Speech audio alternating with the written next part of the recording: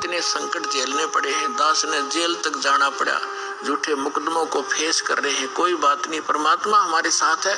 हमारा एक बार ज्ञान निखार हो जा।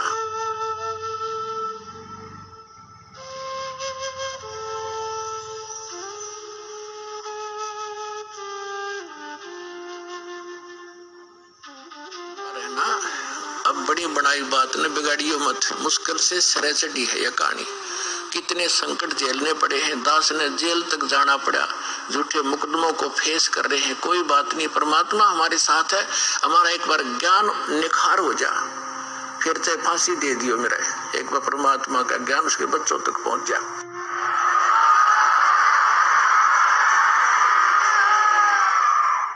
तो पुण्यात्माओं, परमार्थ के लिए संत आते हैं, और जो परमार्थ नहीं कर सकता वो खाक संत है, जिसके साथ भगवान होता है। और सत्य को कुछ दिन दबाया जा सकता है, मिटाया नहीं जा सकता। पुण्यात्माओं देखो, परमात्मा की दया बिना सच्चाई ना तो कही जा सकती और ना स्वीकार हो सकती। अब दास ने लगभग 10 वर्ष हो गए टीवी चैनल पे सबको ललकार दिया, सबको बता दिया तुम झूठे हो, तुम्हारा ज्ञान झूठा, तुम्हारा भगवान नकली और तुम्हारा ज्ञान गलत, तुम्हारी भक्ति गलत, और कोई नहीं चल सकता। एक शब्द कह के दिखा दो, कोई एक संत एक दूसरे के प्रति हंगामा मचा दे, क्योंकि वो झूठे को झूठा कहेगा। और यहाँ परमात्मा के ज्ञान के आधार से कहा जा रहा है, हर कोई सब बोल नहीं रहे, बोलने तो उनकी दूनी विद पिट है।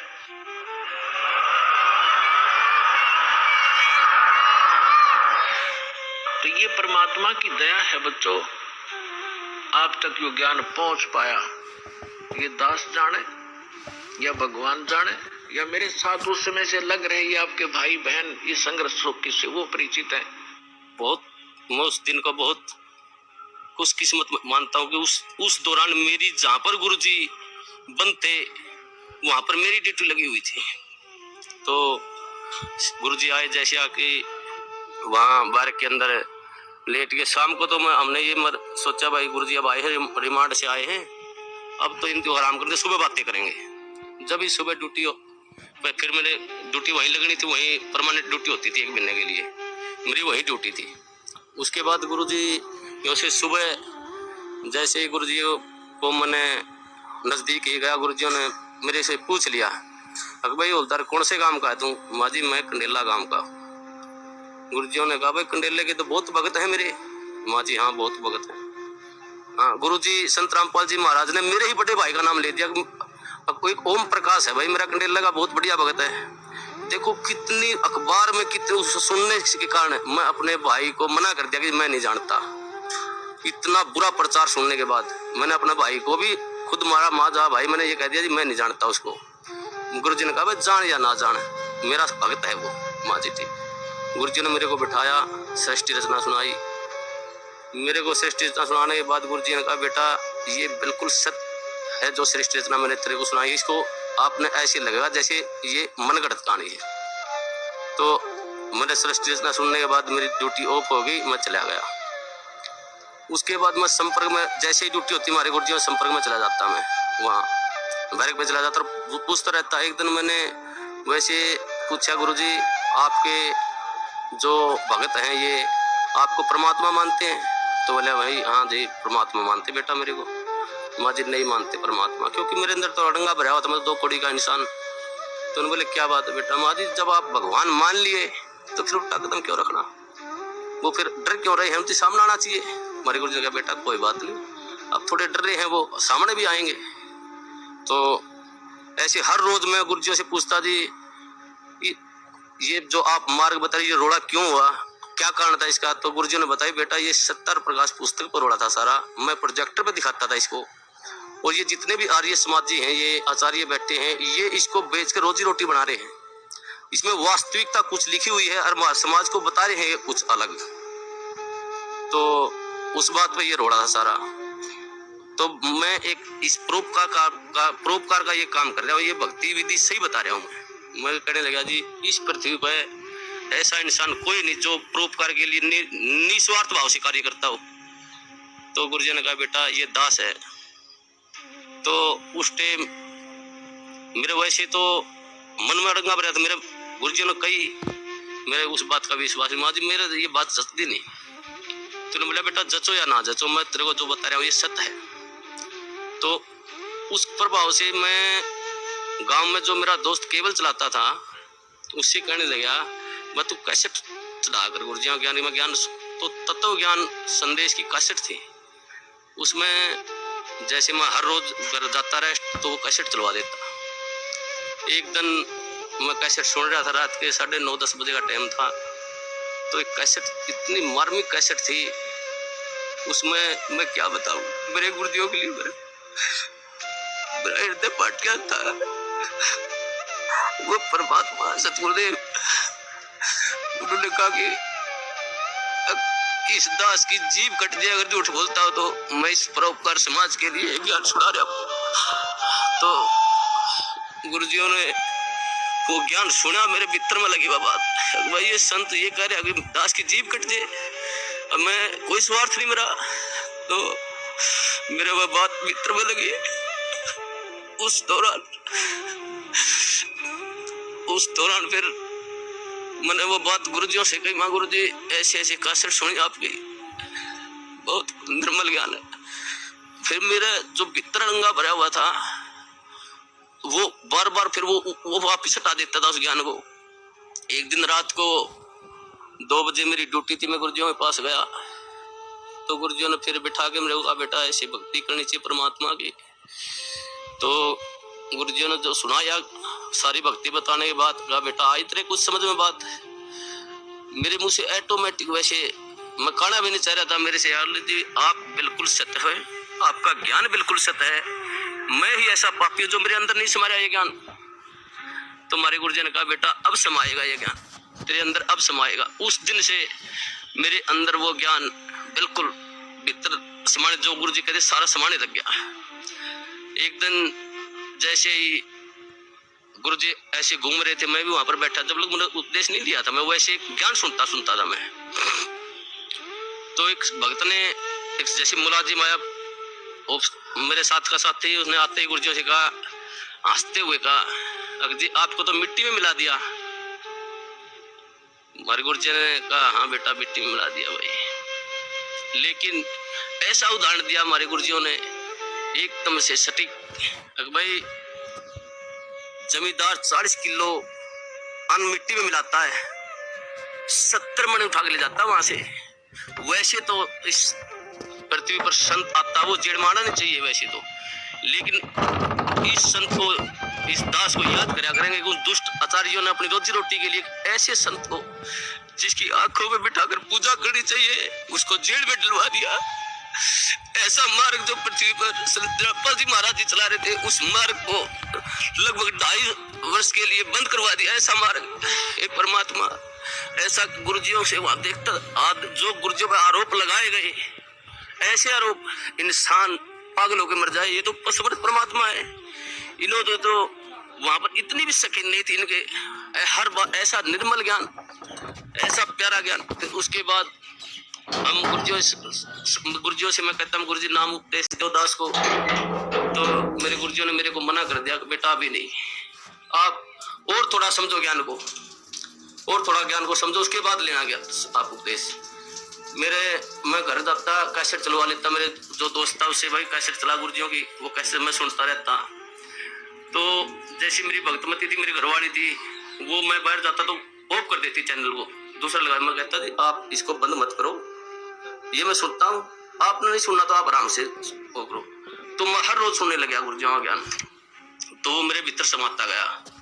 उसके पश्चात कई बार गुरुजियों से वहां पर जेड़ के अंदर, जैसे मैं गुरुजियों को बताता, गुरुजी आपके ये सत्संग सुना मैंने, तो गुरुजी फिर दोबारा बताते मेरे को। तो ऐसे होते होते लगभग 6 महीने चले गए और 1 साल से ऊपर लगभग 1.5 साल गुजर गया। फिर मैंने, मेरी ड्यूटी प्रशासन ने मेरे को क्या कराया कि ये तो संत रामपाल जी को मिलने जाता है, इसकी ड्यूटी बाहर लगा दो जेल से। मेरी ड्यूटी बाहर लगा दी गई। बाहर लगाने के बाद अंदर मेरे को जाने नहीं दे, ज्ञान और नाम उपदेश मेरे को मिला नहीं। एक दिन वैसे गुरुजी, सोमवार का दिन था, 24 अगस्त को 2 बजे गुरुजी मुलाकात को आए हुए थे। उन्होंने आने के बाद मैं जैसे ही मौका लगा कर डोडी में चला गया और मैंने ऐसे गुरुजियों की तरफ ऐसे आदर भाव से प्रणाम किया। गुरुजी ने इशारा कर दिया मेरी तरफ, बेटा इधर आ जा। मैं चला गया। जाते ही परमात्मा ने, सतगुरुदेव रामपाल जी महाराज ने मेरे को नाम उपदेश दिया और कहा बेटा बाहर चल और मिश्री ले लेना, भक्तों को कह देना। वो दिन है, मेरे को उस दिन से ऐसे नाम उपदेश मिला। तो हमारे नाम उपदेश लेने के पश्चात जो प्रशासन था, जेल प्रशासन, सभी मुलाजिम, सुप्रिटेंडेंट, सभी हमारे खिलाफ 2-4 और दोस्त थे मेरे साथ, कई और दोस्त थे जिन्होंने साथ में नाम लिया था। तो प्रशासन खिलाफ हो गया।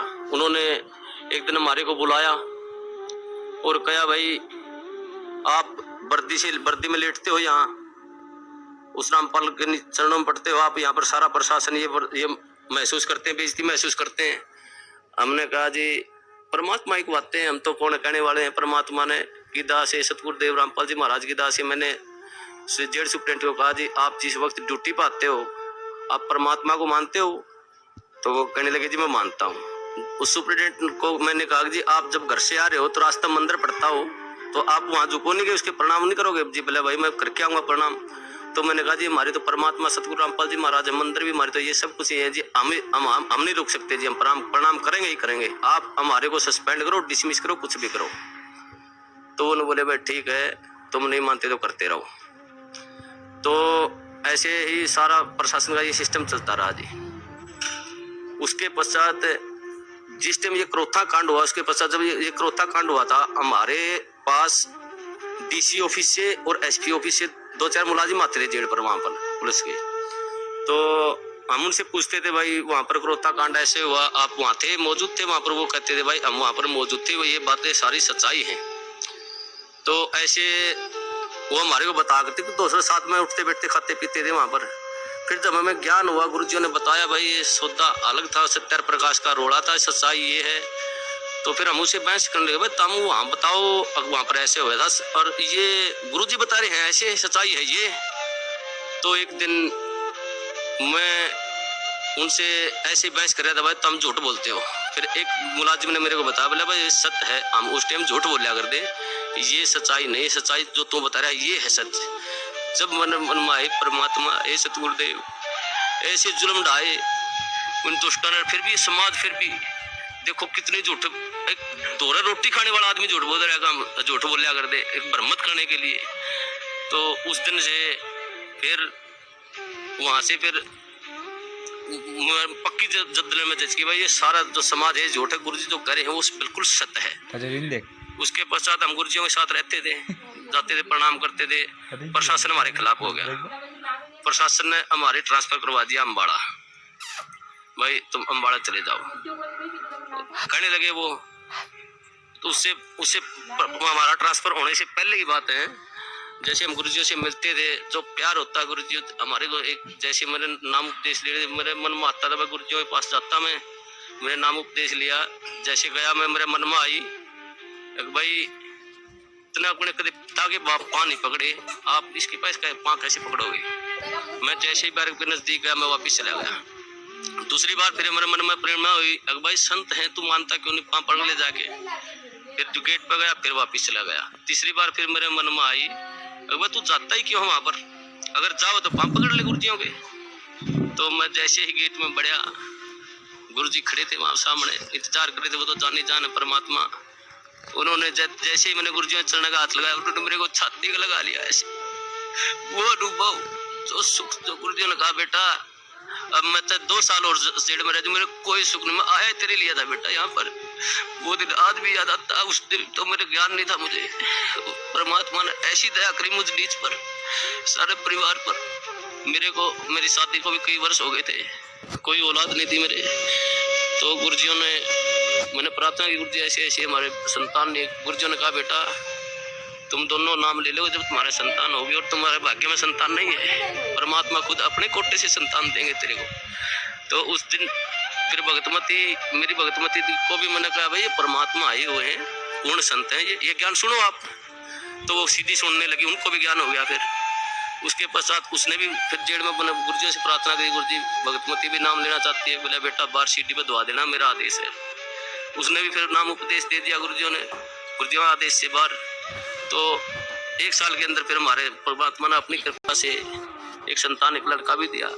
उस परमात्मा की क्या सुख ना हो, इतने सुख दिए हैं मेरे को, इस परमात्मा की इतनी दया है। और सबसे बड़ा काम मुझे मतलब 2 कड़ी का इंसान हूँ, मुझे भक्ति का क्या पता है। गुरु जी ने जो प्यार होता है, जो प्यार वास्तविक प्यार गुरु जी ने दिया मेरे को, मुझे तो पता ही भी नहीं था प्यार क्या होता है। ये परमात्मा, ये जाने ये वो परमात्मा है, ये सारी सृष्टि के पालन करता है। ये पूर्ण संत कबीर परमेश्वर है। ये तो एक लीला करने हैं यहाँ पर। हम 2 कोड़ीय जीवों के लिए ये भटकते रहे, एक आत्मा के लिए ये परमात्मा लाखों रुपए बहा देते हैं। और ये समाज इसको कहते हैं ये बुराई कर रहा है। ये पूर्ण परमात्मा पर, जो पूर्ण परमात्मा का संत होता है वो बुराई नहीं करता किसी की। ये तो अपने बच्चों के लिए शिक्षा दे रहे इस बात को, भाई तुम पहचानो ये ज्ञान है, ऐसा पवित्र ज्ञान हे परमात्मा इस पृथ्वी पर ये किसी संत में देख लो, किसी आधार ही नहीं ज्ञान का। और ये ऐसा ज्ञान दे रहे हैं, मोक्ष का मार्ग बता रहे हैं, ढोल पीट रहे हैं, और इन्हीं को कहते निंदा करते हैं। हे परमात्मा, मैं तो इस सब समाज से यही कहूंगा कि इस संत को, ये पूर्ण परमात्मा, इनकी पलकों में बैठाकर पूजा करनी चाहिए इनकी। और सभी समाज से कहूंगा अपने और अपने परिवार को जितना भी जल्दी हो सके यहाँ पर सतगुरु रामबंदी छोड़ सतगुरु रामपाल जी महाराज की शरण में लाकर उनका कल्याण करवाए। और सभी भाइयों को बताए बस वास्तविक ज्ञान वहां पर है। मैं यही कहना चाहूंगा। सत साहिब कैसे संघर्ष करके आप तक इस सत्र में पहुंचे, जेल तक भेज दिया झूठे केस बना के नकली लोगों ने। लेकिन परमात्मा कहते हैं जिसके साथ भगवान होता है, और सत्य को कुछ दिन दबाया जा सकता है, मिटाया नहीं जा सकता। सभी विश्व के आप प्राणी आपके भाई बहन हैं, सतलोक के रहने वाले हैं। असंख्य जन्म या धक्के खाते भटकते होंगे हैं, या ना सुखी हो सकते, ना सुखी कभी हुए हैं। सबको बता दो, डंडोरा पीट दो कि मोक्ष होगा तो सतलोक आश्रम बरवाड़ा जिला हिसार हरियाणा में है। नाम लो और अपना कल्याण कराओ।